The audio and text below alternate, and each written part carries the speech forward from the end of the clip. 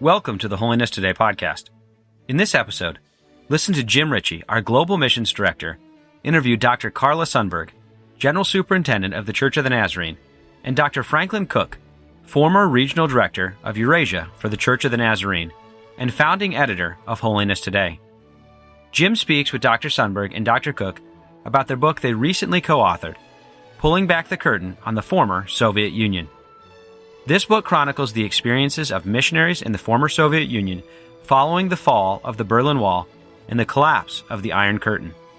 It details the challenges and efforts involved in establishing ministry and sharing the gospel in that region. Now let's turn to Jim Ritchie's conversation with Dr. Carla Sunberg and Dr. Franklin Cook.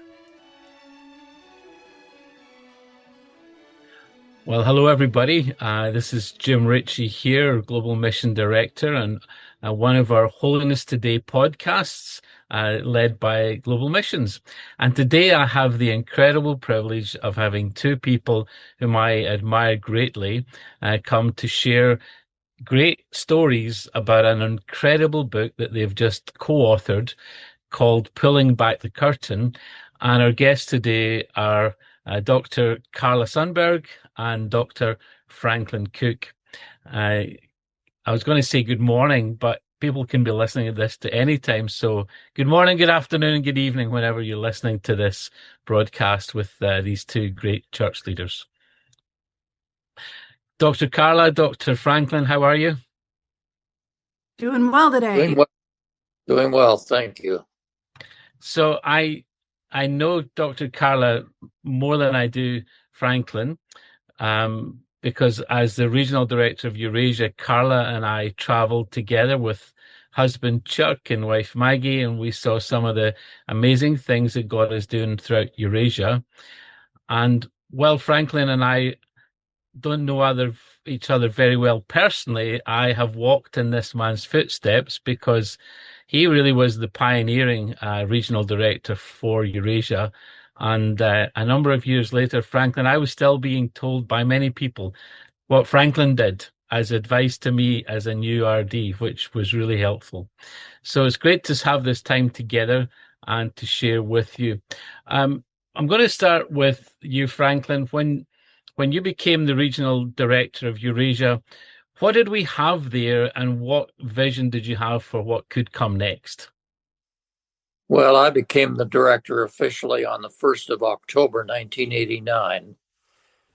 And I thought I knew what my job was until 5 weeks later on the 9th of November when the Berlin Wall was breached. And that started a whole cascade of activities that I was unprepared for and that the church was unprepared for, that were behind the curtain, behind the Iron Curtain.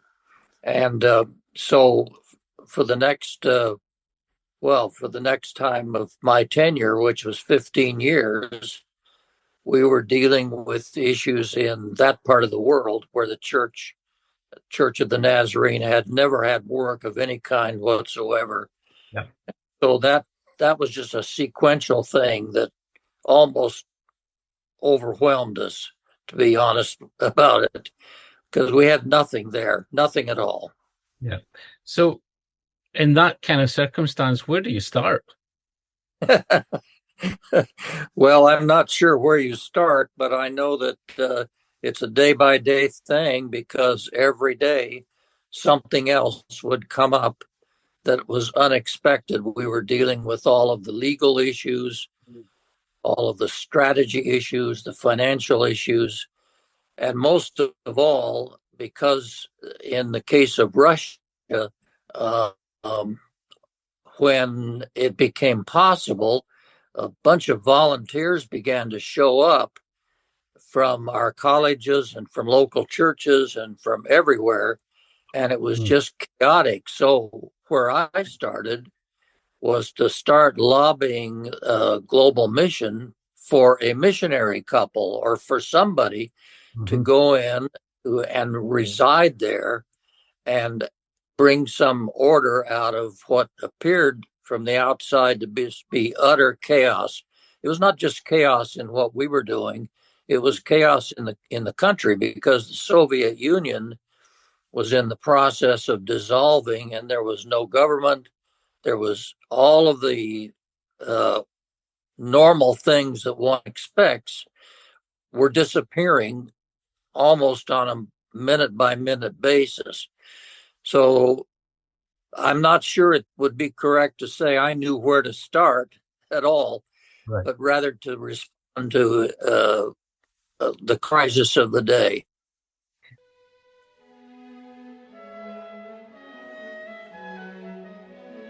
We'll be right back with the rest of this episode.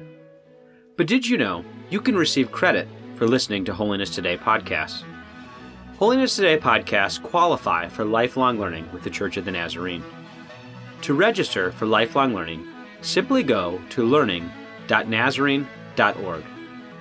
The Lifelong Learning Registry provides Nazarene ministers the opportunity to record and report their efforts to develop and maintain a pattern of lifelong learning. Every Nazarene minister is encouraged to engage in a variety of lifelong learning activities. The code for Holiness Today podcast will be listed in the show description. This code can be utilized for this episode and any previous episode you wish to listen to. Thank you for being a listener and sharing in the ministry of the Church of the Nazarene. Now back to the rest of your episode. So where do you start then finding missionaries crazy enough and passionate enough and experienced enough to go? Well, I began by sending a series of what then were fax messages. This is before the email and all of that, and telling them we needed somebody. Right. And they were initially, I hate to say this, but a little reluctant because at the time, the strategy was opening the work in Thailand and in the Southeast Asia. Mm-hmm. And that's where the focus had been. And all of a sudden, this whole thing happened on the Eurasia region that was completely unexpected and unanticipated. So I started with a lobby to get somebody. While I was going back and forth probably every 7 or 8 weeks into the Soviet Union myself, trying to meet with officials and people that would be important for us to get some kind of legal standing there. And I discovered that nobody knew what to do because there were no laws that covered this kind of a possibility. And when I began to ask questions of officials of the government, they would just laugh at me and say, well, nobody wants to move here. Everybody wants to leave here. So we have no procedures in place whatsoever. And that's the kind of response that I got. Eventually, Chuck and Carla were mentioned. Well, not just mentioned, they were introduced as a possibility because of a whole sequence of circumstances that Carla can talk about. Yep. And of course, eventually ended up, and what a providential choice that proved to be. I can't even begin to express how perfect that choice proved to be in the long term for the starting of the work in that part of the world. Now, you have to remember, while that was going on in Russia, it was also happening in all of the other Eastern European countries. So we were dealing with a multiple of possibilities that, again, we had no anticipation of, no budget for, no resources for, no plan for, no strategy for, nothing. Wow. So, Carla, this is where you and Chuck come in and your family, because it wasn't just you as a couple. The girls were with you as well. Tell us about the first time you heard about this possibility and how the Lord led you from there. Well, interestingly, we never went through the system, Jim. We never applied to global missions to be missionaries. And I think it just kind of describes that whole season of we were all really taken off guard. And I often laugh about this because I think about my childhood and the Iron Curtain and all of that.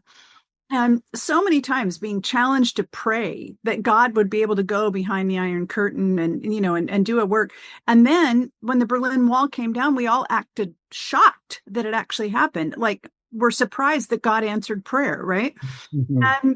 And Franklin will tell you this, that as they looked through applicants and stuff, nobody had planned to go to a Russian speaking part of the world or anything like that. So I guess I don't know all that was happening on the world mission side. Chuck and I were pastoring in Austin, Texas, and we were having a great time. The church was flourishing, the church was growing. And we had this week of an evangelism conference in Fort Worth, Texas, which was the precursor to the M conferences. And we were going to that. And it was 1991. It was in October. And that week, our church was buying us a new parsonage to move into. There was all kinds of wonderful stuff happening at this church. And we get up there to this conference. And before the service, the last night, his name was Dr. Robert Scott. He had your job. He was head of global missions. He reached out to us and he said, "Can I just talk to you before the evening service begins?" And we thought, well, that seems kind of strange. We don't really know this guy very much at all. But we did. We met him out in the hallway before the service began. And then he began talking to us about this trip he had just taken to Eastern Europe. He'd been to Albania, I think. He'd been to Ukraine. He'd been to Russia. He's telling us all about this trip. And Chuck and I are kind of glancing at each other like, well, this is interesting, but why is this man telling us all about this? Right. And he gets to the end of it and he said, kind of what Franklin's saying, we need to have somebody go there. We need somebody to move there and be our missionaries there. And he said, we just haven't found somebody that could go. And he said, I've really been praying about it. And he said, my wife and I were sitting behind you two at the service this week. And he said, I felt like God just said, ask them. Wow. And he said, we don't normally do it this way. He said, I know you haven't been through the system of applying to global mission or anything, but I'd really like the two of you to pray about whether you would be willing to come and go to Russia at that time, or the Soviet Union. It was still the Soviet Union at that time. And then he said, I'm going to give you a month to pray about it. And he walked off and left us.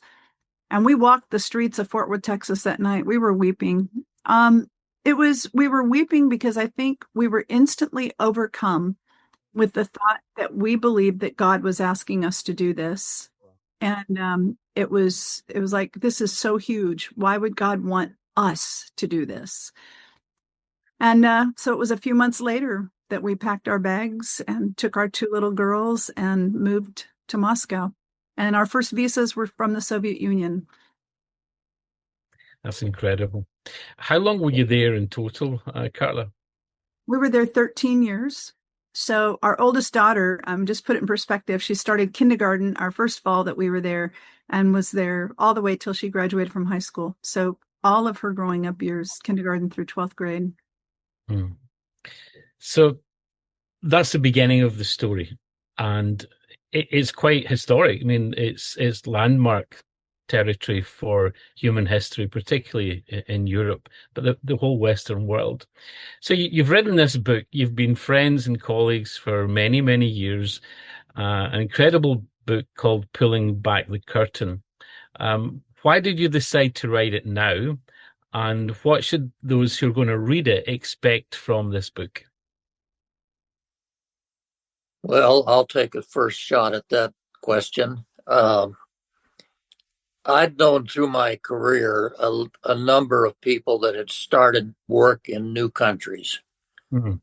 Clear back to Sidney Knox in Papua New Guinea, which is really ancient history. But I'd talked to a lot of these people through the years, interviewed them, been with them, tried to study their work. When this thing in Russia happened, one of the first things that came to my mind was, this is different. The same as anywhere else that I've ever known about before. Right. But different for a lot of reasons. So when the story developed, it constantly was in my mind, this is different. The church has never tried to do this before, ever, anywhere. So when I left as regional director, after the work was going and organized and things were happening, I thought this story needs to be told. Mm-hmm. So, just to be blunt about it, I started bugging Carla, Okay. nagging her. Every time I'd see her, I'd say, "Have you started writing this book?" Well, now Carla had a million other things going on. We know that.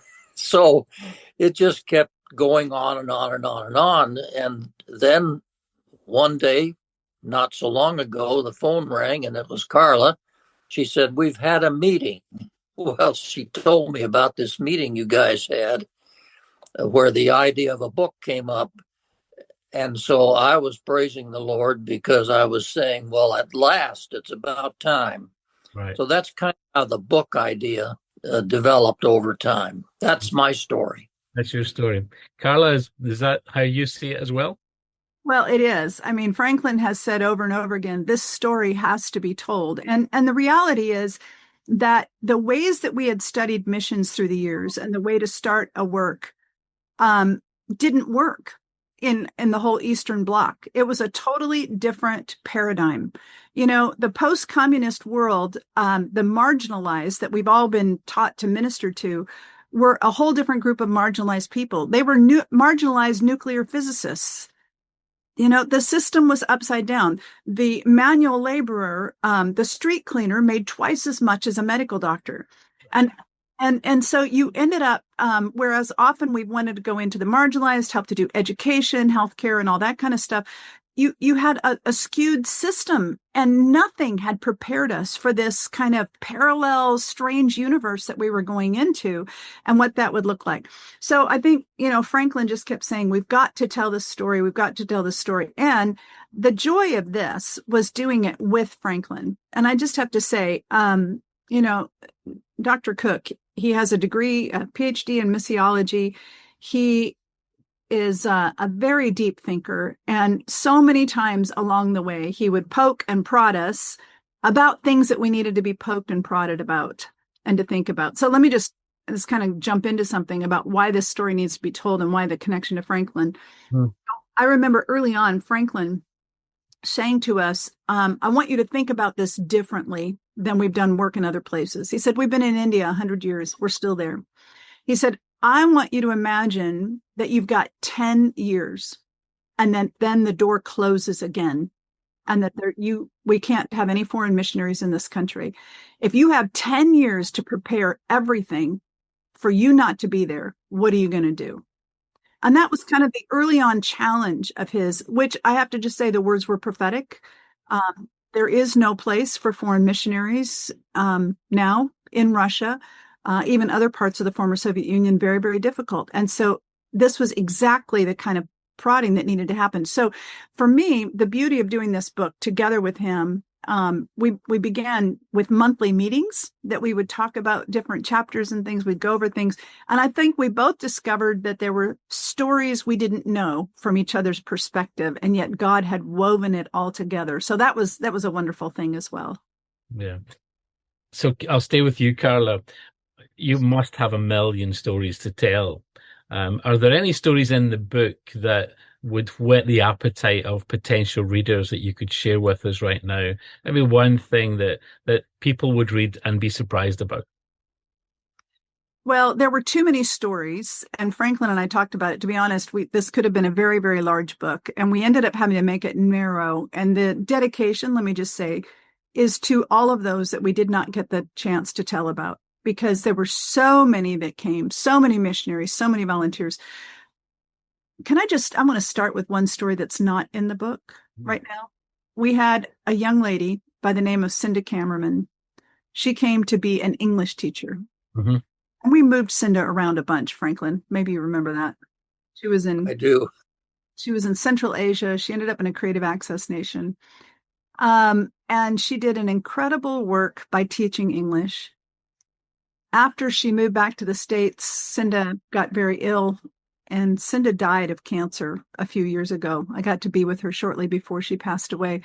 A relatively young woman who passed away. This week, one of the women that she led to the Lord that became a district superintendent in Central Asia also passed away. Yeah. And I've actually thought about that reunion. And the cost, what it cost Cinda to come and do what she did. And yet today, being able to reap that reward. And again, that's one of those stories we didn't get to tell because there were just too many stories. But I thank God for all of those people. Now, I'll tell you one story. You know, when you start a brand new work and you go someplace where you don't speak the language, and there wasn't time to send us to language school. Plus, nobody knew how to teach foreigners how to speak Russian because they hadn't been doing that except the U.S. military, and they weren't going to let us into their school. So we end up in Moscow and literally can't read a thing because all of the Cyrillic alphabet and everything. So nothing is comfortable for you. I mean, I remember one day when I finally sounded out a word and I went, telephone. Oh, telephone. You know, you just didn't even recognize it. But we began to pray, oh God, how do we help bring people to Jesus? You know, that's what we were there for, was to help bring people to Jesus. So the story is in the book. One day, Chuck gets on the train and he's going to go to Kiev for a meeting. And before he gets on the train, he prays, Lord, can I impact somebody's life? And he gets on the train. He goes all the way down. It's like 24 hours down. He does the business with what's happening down in Kiev. We had kind of a revolving door of leaders down there in Kiev early on, but he was meeting with people down there.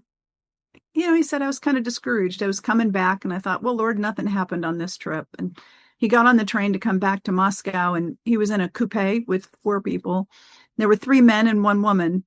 And they're all trying to kind of talk to this American because it was our first, we'd only been there a few months. He didn't speak Russian. Well, the woman spoke some English.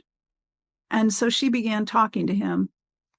And she said, I've been to Kiev because it was her, I think it was her mother that was dying. And she said, I've been down here to see my mom. And she said, I thought that I would go to the Orthodox Church and I would ask the priest, could you pray for my mom? She said, I got to the church and they had a menu on the wall of how much you could pay for different things to be done. And I could pay them and somebody would pray a prayer for my mom. And she said, it just kind of broke my heart.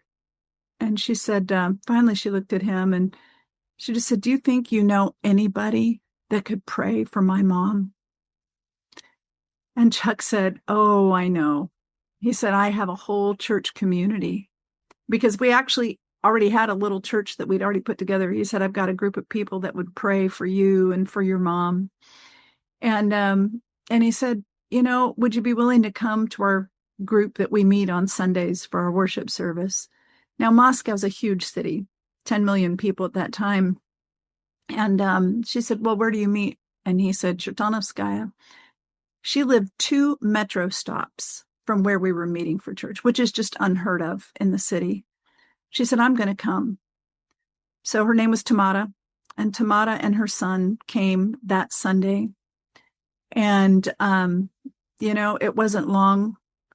That first Sunday, everybody gathered around them and they prayed for her mom, but it wasn't long until both she and her son gave their lives to Jesus Christ. And they were the first 2 people that were baptized in the Church of the Nazarene in Russia. An answer to prayer, Lord, help me talk to somebody on this trip that needs you. That for me is just the heart of global missions, that you don't get those encounters which are not just life-changing, they're eternity-changing unless you're there. And it's that incarnational presence of Jesus filled by the Holy Spirit, living a holy life in a new place, enabled by God, that brings people to these moments of transformation. And that's the kind of thing I love about this story.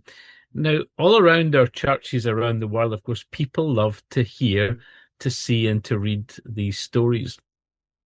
Recently, NMI, our local advocate for global missions, has been brought back together with global missions, and we're working really close in a beautiful way to help the church hear all that missions is doing. And people always ask me, are we going to get some more missionary books again like we did in the past? Now, our NMI global director, Cheryl Crouch, and I speak about all of these things. And we thought, well, here's an opportunity with this new book from Franklin and Carla, not to relaunch all mission books, but for this to be a very special mission book coming out to the church in these days. We want it to be in the hands of pastors and leaders and church people through NMI. How are we going to get it to the local people so they can read these stories, Carla? Well, one thing that you've done, Jim, you together with Stewardship, was that you have provided funding so that Cheryl Crouch of NMI could give this book as a free copy to every NMI director, NMI president in every Nazarene church in USA and Canada. And we're grateful for that. And the book is in English, and I think it's going to be out in Spanish any day now. And so that is available to everybody. But folks, you need to help your church people be reading some of these stories. And so I'm going to be a little bookstore salesman here. You can buy them in packs of 5 for your church and pass them out and have people read them. And I think it would be very, very worthwhile. Now, honestly, when we first started this book, Franklin and I had a subtitle, which was a primer on pioneer work. Now, that didn't end up in the title, but you will find it as a theme kind of throughout the work. And let me just say, I think that we have gotten into a place where we work a lot on the systems and the structures and things and trying to help create healthy districts. But we actually need to be thinking about how do we do pioneer work? And that's anywhere in the world. It doesn't matter. We need to be thinking about new works. So can I just put a plug in and say, I think this ought to be a challenge for every church, every district to be thinking about, let's read this. Let's see how God helped plant something, as Franklin said, in a season we were completely unprepared for. Well, maybe we're in a new season for which we were completely unprepared, and maybe God wants to do something amazing. So I'm just saying, get out there and get that book. It's in paperback, it's in Kindle, and any day now, it's going to be available on Amazon as an audiobook that Franklin and I have recorded in our own voices going back and forth. Franklin, do you have anything to add to that? Well, no, I'm just grateful to hear all of this. And I think, of course, I'm a book guy. So I love books. I think books are important, not only for people to read and be inspired by, but for a historical record that people over the decades can refer back to and understand how we get where we are. I think books are very important. And I wish this would be in every local Nazarene church, in every home, for kids to read. Even last evening, I had some kids over here at the house, and we were talking about books, and we were talking about this book. And they said, well, we'd like to read this book. We've never heard these stories. Yes, we heard in a school about an iron curtain, but we had no way to connect it with the work of the church or the work of God. So, I think it's important. I hope it's distributed widely, and I highly recommend it, not for the brilliance of our prose, but for the content of the stories that are in there. And oh my goodness, there are so many stories we did not tell. We really ought to do a second edition. We should. We should. You won't say how brilliant the book is because you're both very modest, but I want to say it is brilliant, and I think it will be inspirational. So if you're an NMI, if you're a pastor, if you're a DS, get a hold of this book. It's available, and let's start giving people these inspirational stories that show that Pentecost is not just something that happened in the Bible 2,000 years ago. Pentecost is the reality, the living reality of God's people today, filled by the Spirit, enabled and anointed by Him to go where God calls us to Jerusalem, Judea, Samaria, and the ends of the earth. Franklin, obviously you are a great missiologist. You've been a pastor, an educational leader. What would you say to the church today, to me and to others who are in missions and who are looking at how we reach a generation? What from this book can we learn about how we can reach places and situations that almost seem impossible? Well, I want to pick up on the word pioneering. When all of this was happening and I was there, people would say to me sometimes, I'm so sorry, the days of pioneering are over. I would say, give me a break. I can tell you they're not over. And I think today it's not a matter so much of geographical perspective, looking at the world, saying, well, the gospel hasn't gone here or there. But there are new issues that are faced by young people and by kids in school. And we need to find pioneering ways of reaching them with a message that relates to them. So I think pioneering is really a concept that can be part of every local church and of every community. So that's one thing I would say. Pioneering. It's a contemporary word, and it's still relevant today. Absolutely. Now, you may have heard me speak of this before, and podcasts, Holiness Today podcast listeners will have. But recently, I've created something called The Cause, which is giving opportunities for a new generation of Nazarene young people and young adults to go on missions all over the world. Carla, humbly, you're one of our most experienced and powerful missionary couples, you and Chuck.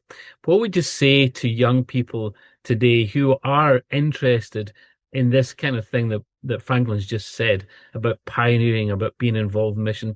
What would you say to them when they have an opportunity to go on a mission trip? Well, I do just want to say, Franklin was kind of the father of youth and mission and all that stuff. So this is a man that had great ideas in this regard. And he was so helpful to us in teaching us when we had all these. He talked about chaos at the beginning. We had, I forget, Franklin, if it was like 50 work and witness teams that wanted to come before we even moved there. That first summer, we had over 200 college kids that were there, and all of that.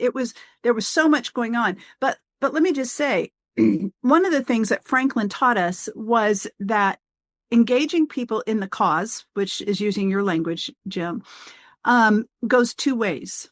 One thing is that it has an impact on the field. The second thing is that it transforms lives of those who go on it. So if you ask me, young people that might say, okay, well, I'd like to take 2 or 3 years and give some time to missions, or I'd like to do some summers. I think the church, and this is what Franklin taught us. He kind of said, make opportunities available. Now, he also said, make them strategic. Don't let those who are coming drive the strategy. I remember, Franklin, you may not remember, but one time you were with me and we had a group, and you looked at me and you said, leading a work and witness team is not a democracy. Mm-hmm. And that just stuck with me, because people had all these ideas of what they want to do when they got there. And you basically said, make a plan, show them the plan the moment they show up, and then they feel secure that there's a plan that's made, and then you go with it. And so I think he really helped us with that. So, but what I want to say is, we had a whole variety. We had work and witness teams. We had young adult volunteers that would come and stay for a year. We had summer ministry teams, youth and ministry teams, all of these different ones, different opportunities. If you have an opportunity to go, it will be life-changing to you. Get out of your own safe environment where you live and experience what's happening out in the world. And you'll just never be the same. Wonderful. And Franklin, you obviously have all the experience and sending people, and particularly sending young people on missional opportunities for this life-changing transformation. How can we help our young people through the cause to do things that not only change where they go, but change them as individuals for the whole of their lives? Well, one thing that strikes today is kids have so many distractions through the internet, cell phones, opportunities of travel. It's hard for kids today, I think, to focus. Right. So I think I think we as adults, we claim to be adults, I guess. We as adults need to find a way to help kids to focus. And I I don't want to get into the brush here, but I think there's so many things in the church that we do. Sometimes we forget that what we're really all about is developing the church, the body of Christ in the world today, dealing with issues of today. And kids will respond to that if they know about it, if they understand it, if they engage with it. So I deeply believe and have most of my life that engaging young people in the mission of the church is what's important. And our ecclesiology, how we understand what the church is so important. I think one of the things that when this Russia thing opened up and all the rest of it, that I was interested in was how we create an indigenous church in that culture, in that context.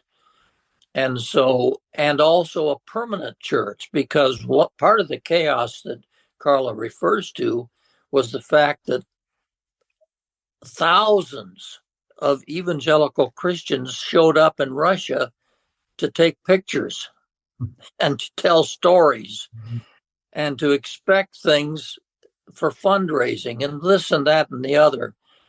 We, from the beginning, and if you listen to some of the stuff that Chuck would say when he would speak, we're here to stay. We want something permanent. Yeah. We want something that's indigenous. So I think kids today, if they have this explained to them, can respond to that. There's a sense of stability about it that's appealing.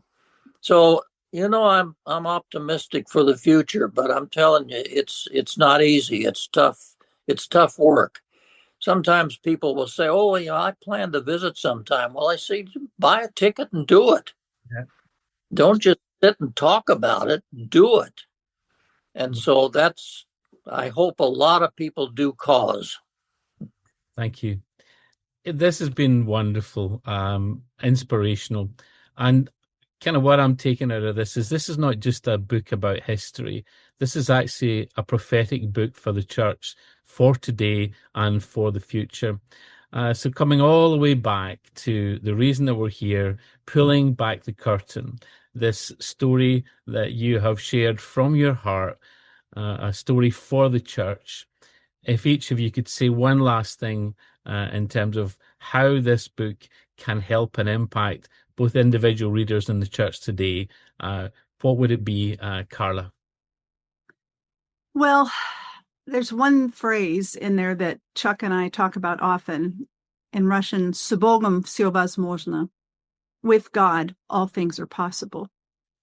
And at the heart of it all, I feel like we were asked to go do something that in our own power would have been completely, completely impossible. And we all might feel that way. But the deal is that we're not asked to go do things on our own power. Mm-hmm. And whatever it is that's out there, you have to do this with God. I think we learned more about dependence upon God than we ever might have had we stayed in the States, because it was impossible. Mm-hmm. And yet, miracle after miracle just kept happening. And there's this view that all of a sudden you see that the hand of God is at work, and God's saying, just come join me in what I'm doing. And too often we don't see that. So what I would leave people with is, with God, all things are possible. Don't be afraid, and God will lead you. Wonderful. Thank you. And Franklin, last word from you. Well, I can't top Carla, so I'm not even going to try. But what she says is just so true, and it's true today. Thank you, sister and brother, for this conversation. If you're listening and Holiness today, or if you're seeing any of these clips through social media from Global Missions, we really pray that you will engage not only with this book, but will engage in the mission that our dear friends have just explained to us is not just for yesterday, but it is for today, and it's for tomorrow, and it's possible through what Carla said, God with us. So thank you. Have a wonderful rest of your day, friends, and look forward to hearing how people react and respond to this amazing book.